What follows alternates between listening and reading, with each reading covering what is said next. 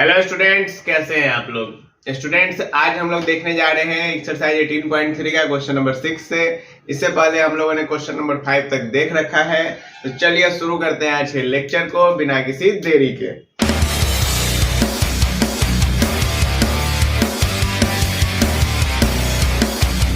देखिए students, question number 6 कह रहा है कि एक पर्सन है जिसके कि 2 पेरेंट्स हैं, 4 ग्रैंड पेरेंट्स हैं और 8 ग्रेट ग्रैंड पेरेंट्स हैं। तो आपसे पूछा जा रहा है कि इसके बाद जो 10 जनरेशन होगा तो टोटल मिला के उसके पास कितने पूर्वज हैं, टोटल कितने एंसेस्टर हैं, ये आपसे पूछा जा रहा है।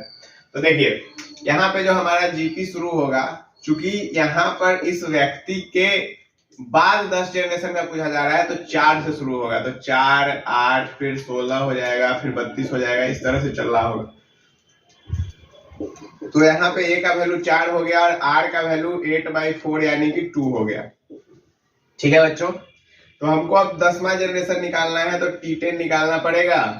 तो A और into R to the power 9, तो यानी कि A का वैल्यू है 4 गुने 2 पर पावर 9। तो 2 पर पावर 9 होता है 512, 4 गुने 512 हो गया, कितना हो गया 4 गुने 512, तो 2048। ठीक है, 2048 हो गया। लेकिन अब टोटल एंसेस्टर हमको निकालने थे, तो टोटल एंसेस्टर निकालने थे तो इसके लिए हम लोग क्या करेंगे, इसके लिए इस व्यक्ति के जो 2 व्यक्ति है पेरेंट्स, ठीक है, इसको हमको घटाना पड़ेगा। ठीक है, तो हमको टोटल नंबर ऑफ एंसेस्टर निकालने थे, पूर्वज कितने थे ये निकालना है। तो टोटल नंबर ऑफ एंसेस्टर्स बराबर क्या करेंगे, 2048 में से 2 घटा देंगे। तो इसका आंसर कितना आएगा बच्चों, 2046। क्लियर है, 2046 इसका आंसर होगा। समझ आया कि यहाँ पे हम लोगों ने क्या किया है कि इसके ग्रैंड पेरेंट्स फिर ग्रेट ग्रैंड पेरेंट्स ऐसे करके आगे बनाया और टोटल नंबर ऑफ एंसेस्टर निकाले। 10वां टर्म में कितना होगा तो इतना, और उसके बाद यहाँ से हम लोगों ने निकाल दिया। क्लियर, कोई परेशानी। चलिए अब देखिए, इसमें कह रहा है कि the number of bacteria in a certain culture doubles every hour if there are 30 bacteria present in the culture originally, how many bacteria will be present at the end of second and fourth and nth hour। कहने का मतलब कि 2 घंटा खत्म होने के बाद कितना बैक्टीरिया होगा, 4 घंटा खत्म होने के बाद कितना बैक्टीरिया होगा और n आवर खत्म होने के बाद कितना बैक्टीरिया होगा। तो यहाँ पे बैक्टीरिया कुछ ऐसा है कि पहले 30 हो रहा है, फिर डबल होके 60 हो जा रहा है, फिर जो है 120 हो जा रहा है। ठीक है, और ये ऐसे ही बढ़ते जा रहा है। तो जब दूसरा घंटा खत्म होगा, ठीक है, ये पहला घंटा में कब कितना है, ओरिजिनली तो 30% है, अब उसके बाद जो है अगले घंटे में 60 हो गया, फिर उसके बाद जो है 120 हो गया। ठीक है, तो जब दूसरा घंटा खत्म हो रहा होगा तब कितना बैक्टीरिया होगा, तो 120 होगा। ठीक है, क्योंकि सेकेंड आवर एंड के बाद जो है 120 बैक्टीरिया होगा। इनिशियली है 1 घंटा खत्म होने के बाद 60 हुआ, 2 घंटा खत्म होने के बाद 120 हो जाएगा। इसी तरह जब चौथा घंटा एंड होगा तो देखिए यहाँ पे बना लीजिए, ए आपका 30 हो गया, आर निकालेंगे तो 60/30 यानी कि आर का वैल्यू 2 हो जाएगा। ठीक है, अब यहाँ पर आपको क्या कह रहा है कि हमको निकालना था सेकेंड आवर एंड के बाद, सेकेंड आवर एंड के बाद यानी कि 3rd आवर के टाइम में। तो T3 हमको निकालना पड़ेगा, जो कि हम यहाँ पे निकाल के दिखाई चुके हैं। तो AR² निकालेंगे तो 30 गुने 4 यानी कि कितना हो जाएगा, 120 हो जाएगा। तो 2 घंटा के बाद इतना बैक्टीरिया। यदि हम लोग 4 घंटे के बारे में बात करें तो यानी कि T5 निकालना पड़ेगा। तो AR टू दी पावर 4 यानी कि 30 गुने 2 पर पावर 4, तो 2 पे पावर 4 यानी कि कितना होता है 16। तो 30 गुने 16 यानी कि 480। nth आवर के लिए निकालना होगा तो TN निकालेंगे तो AR to the power n-1, A है 30 और गुने, अब देखिए जब चौथा निकालना था तो 5 था, तो यहाँ पे अब nth निकालना है तो n+1 करना पड़ेगा। तो यहाँ पे n+1 के जगह सीधा n ही रह जाएगा, तो 30 गुने 2 पर पावर n हो जाएगा। तो ये वैल्यू आ जाएगा इसका, ये ऐसे ही रह जाएगा। क्लियर है बच्चों, nth आवर का कोई परेशानी इसमें नहीं है, समझ में आया। चलिए देखिए स्टूडेंट्स, क्वेश्चन नंबर 8 कह रहा है man deposited Rs10,000 in a bank at the rate of 5% SI annually. मतलब कि एक आदमी है जो कि 10,000 रुपया बैंक में जमा करा रहा है और सिंपल इंटरेस्ट मतलब उसको मिल रहा है 5%। तो उस आपसे पूछा जा रहा है find the amount in the 15th year since he deposited the amount, मतलब कि कितना अमाउंट होगा 15वां साल में। और आगे पूछ रहा है कि also calculate the total amount after 20 year, 20 साल बाद टोटल अमाउंट कितना होगा। देखिए बच्चों, यहाँ पे जो है यदि 5% पर ईयर के हिसाब से निकालें तो यहाँ पे यदि आप निकालिएगा तो आदमी डिपॉजिट कर रहा है 10,000 रुपया। ठीक है, ये क्या है, ये है, ऐसे लिखिए, स्टेटमेंट वाइज बता दे रहे हैं, amount deposited by the man.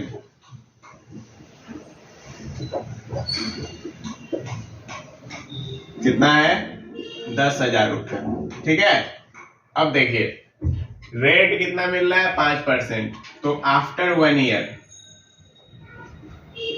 1 साल के बाद अमाउंट कितना हो गया, अमाउंट हो गया आपका 10,000 और प्लस इस पे 5% का इंटरेस्ट भी मिल रहा है, तो यानी कि 10,500 रुपया 2 साल के बाद। ठीक है, तो अमाउंट कितना हो जाएगा, 10,000 और प्लस यानी कि सेकेंड ईयर में जो है अमाउंट कितना होगा। अब यहाँ पर जो है 2 साल हो चुका है, तो यहाँ पे इंटरेस्ट कितना मिल रहा होगा आपको, यहाँ पे 5 to 10 यानी कि 1,000, तो ये हो गया 11,000, यानी कि 10,000 फिर 10,500 फिर 11,000, यानी कि ये कुछ एपी बनता हुआ हमको दिख रहा है।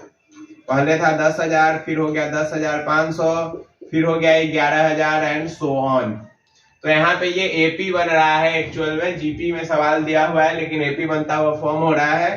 तो आपको 15th ईयर में जब निकालने के लिए कहा जाएगा तो ए का वैल्यू है आपका 10,000 और प्लस 15th ईयर में निकालना है तो a plus n-1 into D का वैल्यू आ जाएगा 500 रुपया।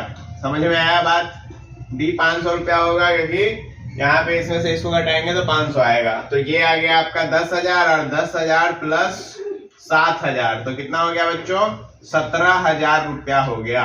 ठीक है, और यदि आपका अमाउंट कहा गया total amount after 20 year, total amount कितना होगा 20 साल के बाद, तो देखिए पहले तो 20वां साल का अमाउंट निकालिए। तो 20वां साल का अमाउंट तो 10,000 और प्लस 19 इंटू 500 यानी कितना हो गया 19,500 रुपया। ठीक है, 19,500 रुपया ये हो गया। अब 19,500 रुपया जब ये हो गया 20वां साल का अमाउंट, तो आप टोटल निकालने के लिए कह रहा है तो आप सबको जोड़ दीजिए। ठीक है, और सम आपको निकालने आता है, कैसे करेंगे, सो S20 निकाल लेंगे।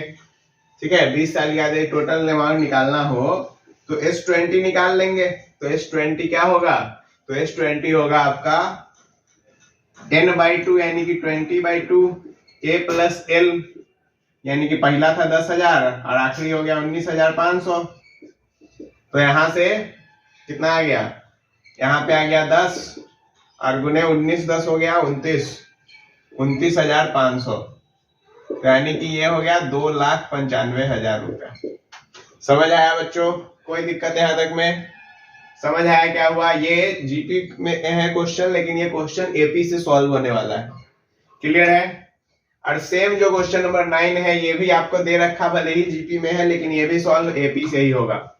इसमें क्या कह रहा है कि अली है एक, जो कि एक स्कूटर खरीदता है 22,000 रुपया का, और वो 4,000 कैश देता है और बाकी बोलता है कि हम जो है 10,000 प्लस 10% इंटरेस्ट देंगे जो अमाउंट अनपेड होगा उस पे। 1,000 तो हर एक महीना देंगे ही, और उसके अलावा 10% जो बचा हुआ पैसा है उस पे इंटरेस्ट भी देंगे। तो कितना उसका स्कूटर का कॉस्ट होगा, तो देखिए खरीदा वो 22,000 में, तो स्कूटर का अमाउंट कितना हुआ, ये हुआ आपका 22,000 रुपया। ठीक, अब वो 4,000 कैश दे दिया तो लेफ्ट अमाउंट कितना हुआ 18,000 रुपया। 22,000 में से 4,000 घटा दिए तो कितना आ गया 18,000 रुपया आपका बचा हुआ अमाउंट हो गया। क्लियर है, अब देखिए अब वो हर एक महीना 1,000 तो देगा ही, तो यदि अब वो हर एक महीना 1,000 देगा तो पहला महीना टोटल उसको कितना इंस्टॉलमेंट देना है, अभी 18 इंस्टॉलमेंट देना है, क्योंकि हर एक महीना एक 1000 दे रहा है और 18,000 बचा हुआ है, तो 18 इंस्टॉलमेंट। ठीक है, तो नंबर ऑफ इंस्टॉलमेंट कितना हो गया?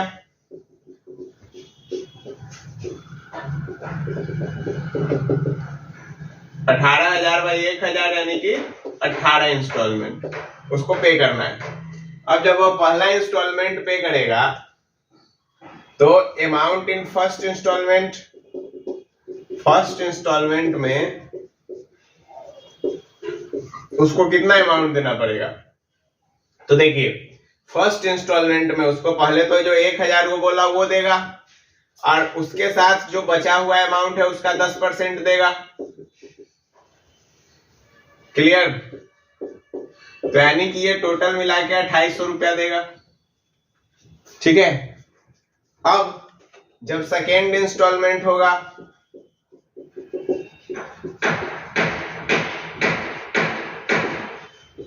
तो आपको ये 1000 दे चुका है, यानी कि 17,000 बचा। तो 1000 और प्लस 10% 17,000 का, तो ये 2700 आ गया। इसी तरह जब ये आगे बढ़ते जाएगा तो फिर 2600, 2500, 2300, 2200 ऐसे ही आते चला जाएगा। यानी कि यहाँ पर भी जो है आपको क्या बनेगा? एपी ही बनेगा। और कितना इसको इंस्टॉलमेंट पे करना है? तो टोटल इसको 18 इंस्टॉलमेंट पे करना है। कितना करना है? 18। यानी कि हमको ए का भी वैल्यू पता है 2800, एन का भी वैल्यू पता है 18 और हम लोग डी निकाल लेंगे तो डी आ जाएगा -100। तो ए का वैल्यू है 2800 रुपया और उसके बाद डी का वैल्यू है -100 और एन का वैल्यू है 18। तो हम S18 निकालेंगे, तो S18 निकालेंगे तो n/2 2a plus n-1 into D, तो ये हो गया आपका 9, ये 5600 और प्लस 18 में से 1 गया 17, तो माइनस में 1700 आ जाएगा। क्लियर है? तो 9 इंटू, अब घटा दीजिए, 16 में से 7 गया 9, 4 में से 1 गया 3। ठीक है, तो 0 0 9 9 जा 81, कैरी 8, 9 3 जा 27, 8 35, तो 35,100 रुपया हुआ ये टोटल। लेकिन उससे आपसे पूछा गया है कि स्कूटर का कॉस्ट कितना उसको पड़ा होगा। तो देखिए, 35,100 तो ये हुआ जो वो इंस्टॉलमेंट में पे किया, उसके अलावा भी तो 4,000 पहले दे चुका था।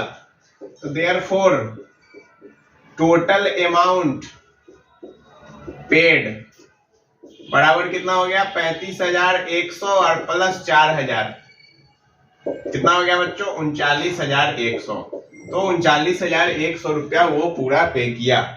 क्लियर है? कोई दिक्कत इस सवाल में? देखिए, यहाँ पे इंस्टॉलमेंट निकाले हम, फर्स्ट इंस्टॉलमेंट में कितना, सेकेंड इंस्टॉलमेंट में, तो टोटल 18 इंस्टॉलमेंट में कितना रुपया देगा और उसके बाद टोटल अमाउंट को कितना पेड किया सो निकाल लिए। कोई समस्या, कोई परेशानी इसमें नहीं है। चलिए हम लोग बढ़ते हैं क्वेश्चन नंबर 10 की ओर। देखिए स्टूडेंट्स, क्वेश्चन नंबर 10 क्या कर रहा है? A farmer buys a used tractor for Rs 12,000, यानी कि एक किसान है जो कि 12,000 में एक यूज किया हुआ ट्रैक्टर खरीद रहा है। वो 6,000 कैश देता है और बाकी जो है वो इंस्टॉलमेंट के रूप में पे करेगा। Annual instalment of Rs 500 plus 12% interest on unpaid amount. कहने का मतलब कि 500 रुपया तो वो देगा और साथ में 12% इंटरेस्ट देगा जो अमाउंट उसका पेड नहीं है उसके लिए। तो कितना उसके ट्रैक्टर का कॉस्ट हुआ, यानी कि सेम अली वाले क्वेश्चन की तरह है। तो देखिए यहाँ पे अमाउंट ऑफ ट्रैक्टर कितना था? 12,000। Very good. लेफ्ट अमाउंट, बचा हुआ अमाउंट कितना हो गया? 12,000 में से 6,000 घट गया, यानी कि 6,000 रुपया जो है उसको अभी देना बचा हुआ है। ठीक है, दे देगा। अब उसको उसने बोला है कितना इंस्टॉलमेंट देगा? 500 रुपया पर महीना। तो यानी कि नंबर ऑफ इंस्टॉलमेंट कितना हो गया?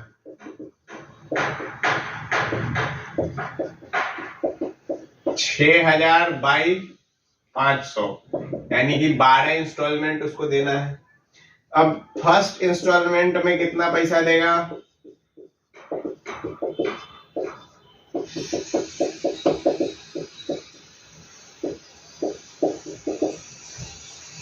रखिए। ये है 6000 बचा है, तो यानी कि वो 6000 का 12%, ठीक है, 6000 का 12% देगा और प्लस 500 उसको देना है। तो कितना हो गया? 12 6 के 72, यानी कि 720 प्लस 500, 720 प्लस 500 यानी कि 1220 रुपया हो गया। ठीक है, फर्स्ट इंस्टॉलमेंट। अब सेकेंड इंस्टॉलमेंट में जब उसको अमाउंट पे करना होगा तो अब उसके पास जो है अनपेड अमाउंट पे दे रहा है, तो 6000 बचा था, अब कितना बच गया? 5500 रुपया। इस पे 12% इंटरेस्ट लेगा, ठीक है, और 5500 पे 12% इंटरेस्ट लेगा। ये एक नहीं करिए, ये कोई जरूरी नहीं है इसका, और 500 दे ही रहा है, तो 55 गुने 12 हो गया, तो 660 रुपया इधर, देखिए 660 रुपया इधर और 500 यानी कि 1160 रुपया हो गया। अब यदि हम थर्ड इंस्टॉलमेंट में देखें तो अब उसके पास बच गया 5000 रुपया,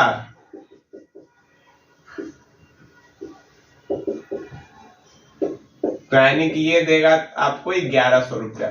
कहने का मतलब कि यहाँ पे 1220 फिर 1160 फिर 1100 ऐसे करके आपका एपी बनता हुआ दिख रहा है।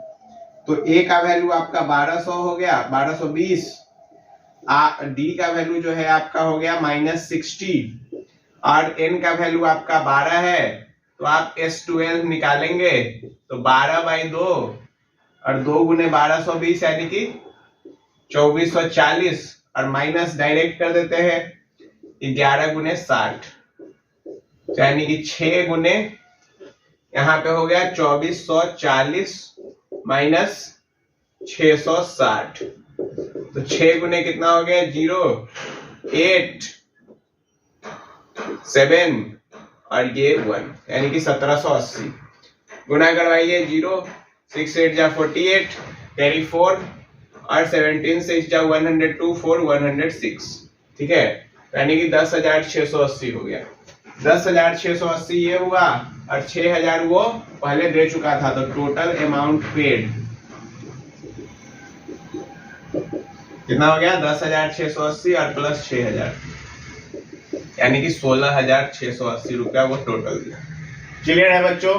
समझ में आया ये क्वेश्चन? कोई दिक्कत? तो आज के लेक्चर में हम लोग इतना ही रखते हैं, फिर हम लोग मिलेंगे नेक्स्ट लेक्चर में नेक्स्ट क्वेश्चंस के साथ।